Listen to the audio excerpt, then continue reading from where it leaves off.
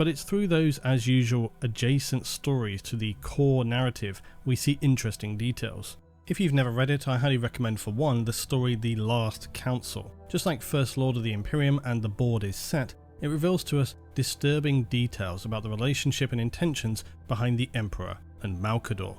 For one thing, Malcador is often presumed to be merely a powerful human psyker. But he's not just that, he's a perpetual like the Emperor, Erda, Ol P, and so on. His name was also not originally Malcador, but Bram al-Kador, also known as the Cursed Wanderer. It is true though, seemingly he was part of this order known as the Sigillites, the protectors of culture, technology and history, and thus why Malcador refers to himself as Malcador the Sigillite, or last of the Sigillites.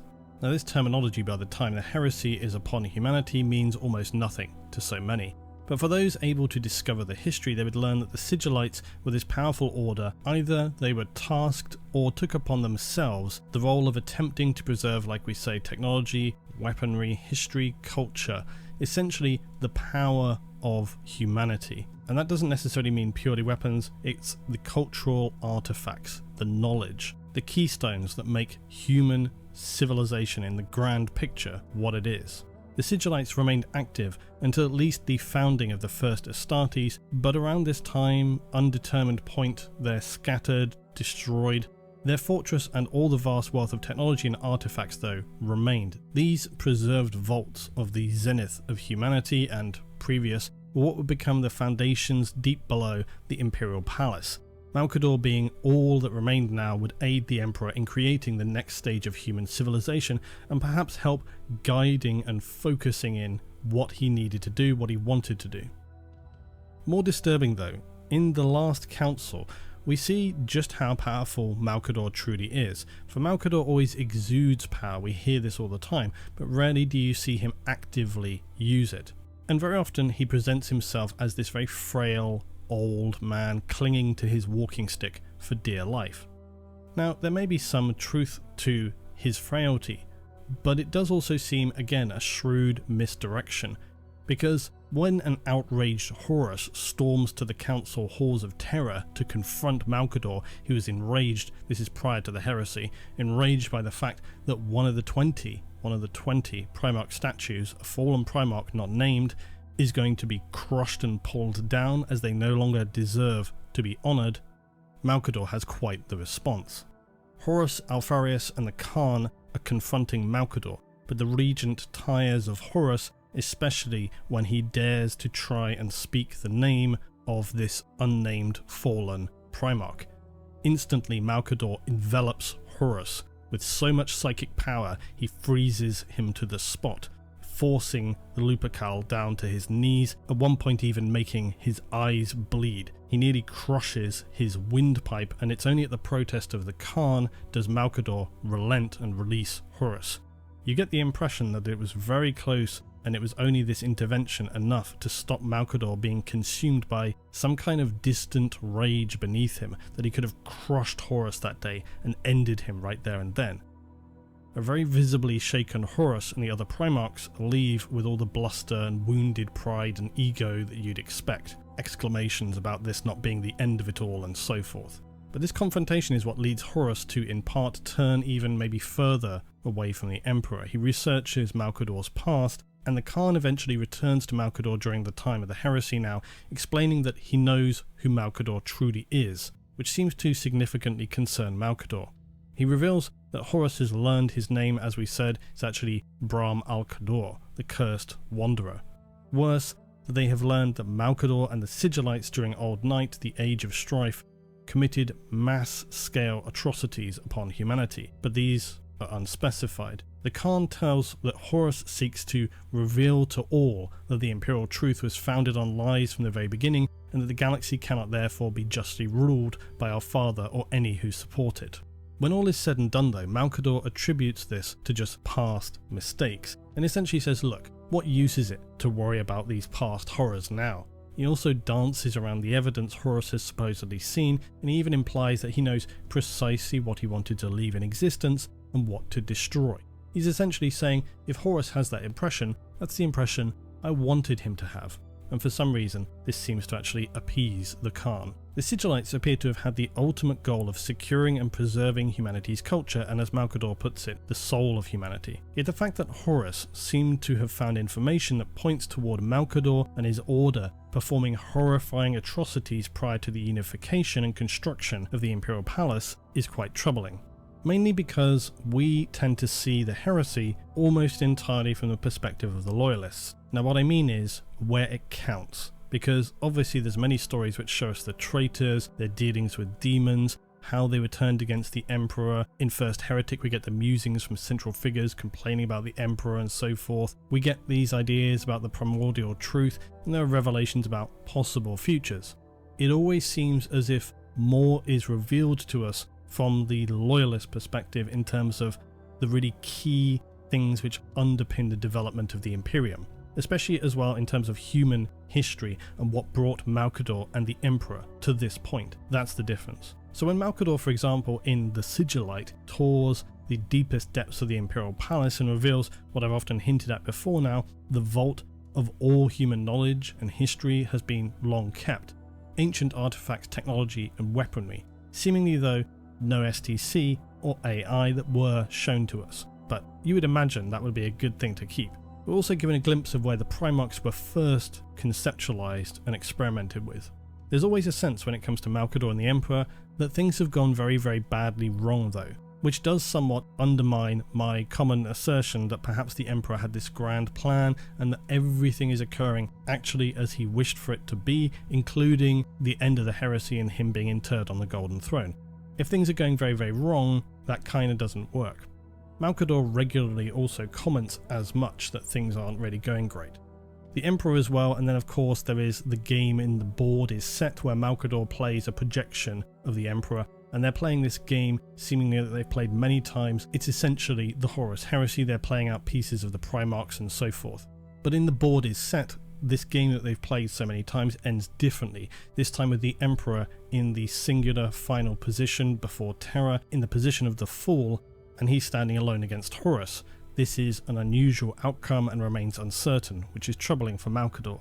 There's a lot more we could speculate about Malcador and his past. You could go off on many threads, like just what were the Sigillites up to, what were these atrocities that Horus speaks of, and what purpose do they have? Do they undermine the validity of the Emperor and Malcador's claims to hold this moral authority to rule over humanity, that it is in the view of the Emperor necessary to bring order to a self-destructive humanity? The other thing to think about is just when did Malcador meet the Emperor? Was it much longer in the past than we're led to believe, and who brought this grand scheme forward? Did they conceive everything together? How much of it was the Emperor and how much of it was Malcador? The Sigillite always positions himself, as I say, below the Emperor, always referring to the Emperor as Master, but who knows how much of that is just for appearances. As has been alluded to already by other Perpetuals, the Emperor's actions seemed to be largely unsupported by them. Perhaps for good reason, they were concerned that it would lead to exactly what did occur. On the other hand, many Perpetuals seem to have taken a position that seemingly disconnects themselves from any responsibility about the future of humanity. They just think it's not up to them. Malcador and the Emperor appear to have taken the opposite view, that it was entirely necessary that they interfere. Now, interesting again, but what's the point of this bit? Well, I guess the idea here is that the Emperor, for all of his enigmatic storytelling and philosophical musings, was seemingly winging it. He didn't set out to become a god for humanity, but maybe that is how things have turned out. So in a sense, the Emperor is a false god. For if he is a godlike being now after having Psyker souls poured into him for 10,000 years, all that remains is nothing of the being who walked alongside Malcador. The fact that Guilliman as well seems to be taking some serious consideration in M41 to the plausibility of supernatural intervention is quite the sign that things are not as clear-cut as they may have appeared to be for those who survived the heresy in its immediate aftermath. In fact, it's ever more looking like perhaps Lorgar may have been right all along. The Emperor is a riddle wrapped in an enigma, partially deliberately, partially through the obscuring mists of time. There are so many angles to take when evaluating the righteousness of the actions of Malcador and the Emperor, Did they have the right to force humanity down this path? Would it have survived otherwise? Very possibly yes. As I've said, there were some very advanced human civilizations, and were it not for the Emperor, I believe there's a very good possibility that humanity would have developed in this very technological way that the Emperor wanted to, without all of the Primarchs. So instead of saving humanity, I think there's a very good possibility that the Emperor is the cause of the doom of humanity. And as has been noted repeatedly, much of the grandeur and guiding ideologies that the Emperor espoused as being so important were crushed and dismissed at every opportunity along the way, laying out clear moral plans for humanity to be the rulers of their own destiny, but then this is just crushed whenever it is inconvenient. This occurred almost from the outset, as we know in Valdor Birth of the Imperium. This is the enduring and bizarre duality of the figures of the Sigillite and the Emperor. They seem to continually contradict their own choices and actions. On the one hand, benevolent saviours for humanity, on the other, a litany of crimes, evidences demonstrating immoral cruelty, almost sociopathic disregard for human life, rationalising it by an ends justifying the means, balancing of ethics, which reminds you of a few inquisitors. In this regard, I believe we see elements of Malcador shine through from his ancient past, this figure willing to do anything at the cost of anyone to secure his vision, and that may be of his order. Perhaps this is why Malcador and the Emperor are so inextricably linked. Although they present their master-subordinate relationship, they appear united in their belief in what they wish to see and what they're setting the foundations of. As I say, much like inquisitors who would tolerate any level of broken morality so long as the ultimate goals are fulfilled, the preservation of the human species and the isolation from or destruction of those beings within the warp. The question is, who is right about the direction for humanity, or maybe it should be, who has the right to make that decision?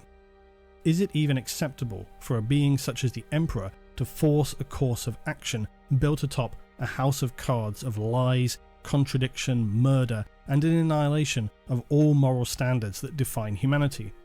Malcador and the Emperor's desperate rationalizations spread so thinly they cannot cover the fact that few, if any, humans really had a choice in what was to come.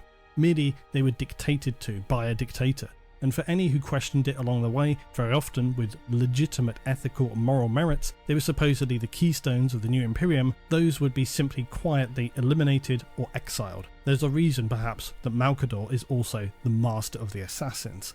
Horus had learned by the time of the heresy the nature of the Emperor and Malcador. He knew they were hypocritical and twisted everything to suit their own ends as he dictated to the Khan. Now Horus, of course, got also twisted and played himself, but he got a lot of things right. The Imperial truth was founded on lies from the very beginning. The galaxy cannot therefore be justly ruled by our father or any who support it, he said. Malcador, meanwhile blowing smoke into the eyes of Primarchs who came close to turning against the Emperor, who had listened to Horus and felt they were close to coming to some understanding. The Sigillite would obfuscate this clarity by stating, "Never, never underestimate the damage that a poorly crafted lie can inflict, nor also the restorative power of consensual ignorance. The trick is in knowing which truths to bury, which records to burn, and which proclamations to deny. To scream falsehood over anything that would oppose you is the way of the witless demagogue. A little contradiction is healthy. Like a pinch of salt in the gruel, it makes the whole meal a little easier to swallow." He also states, "Because I have to be able to believe, when all else is done, that should they so wish, even the greatest monsters of our time can yet be redeemed and forgiven." Now, in that context, we are supposed to perhaps assume that he's speaking about those such as Horus, but I think it equally works in a self-reflective way. Which to you sounds the more believable and the more palatable, Horus's interpretation or the Emperor and Malcador?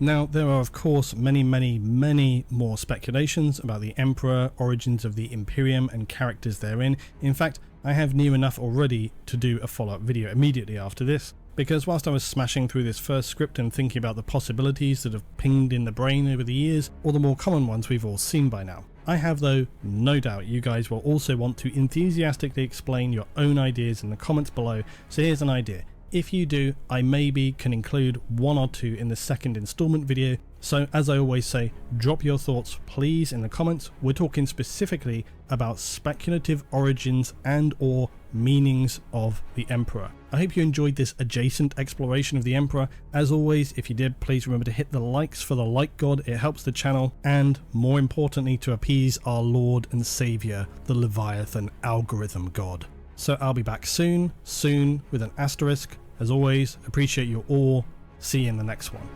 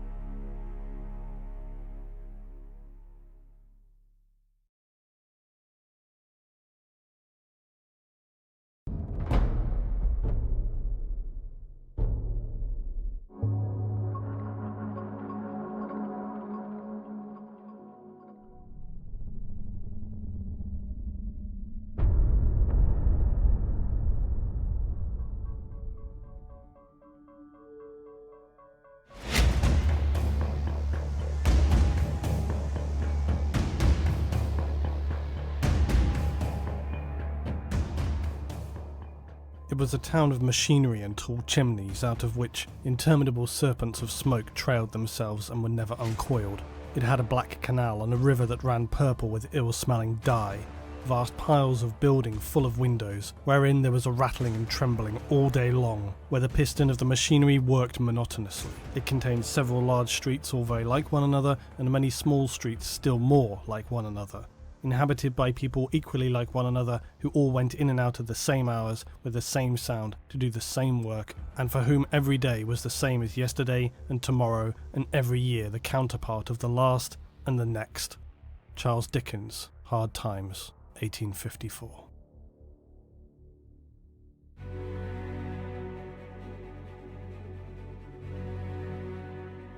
This small opening quote, penned in the ancient world of humanity comparative to the Imperium, I felt necessary so as to better illustrate one thing: that despite all the vast and glorious achievements of humanity throughout its golden age and subsequent descent into the age of the Imperium, your average human citizen remains barely better off than they were during the 19th century. They existed condemned to a lifetime of grinding physical labour, the daily threat of unspecified dangers from themselves or unforeseen forces, generally poor sanitary conditions, widespread unchecked crime permeating everything. So with all of that in mind, today we'll talk about the vast, vaguely monolithic structures known as hive cities. I'll also bother to note that this will be the first video discussing hive cities and their inhabitants, but because there is so much to these places, you cannot simply cover it in one singular piece. Or, well, I could, but it would just probably be 6 hours long, so I won't be digging deep into gang specifics and whatnot just yet. Today we're talking more about the hive cities as structures, how they operate, their economy, and an overview of the citizenry and the speculative origins of these vast megastructures that, believe it or not, are said to exist on 85% of the worlds which constitute the Imperium. Now, in truth, I should note that it would be unfair to allow such a broad characterization as I just made to stand in regard to all hive cities being singularly places of condensed human suffering.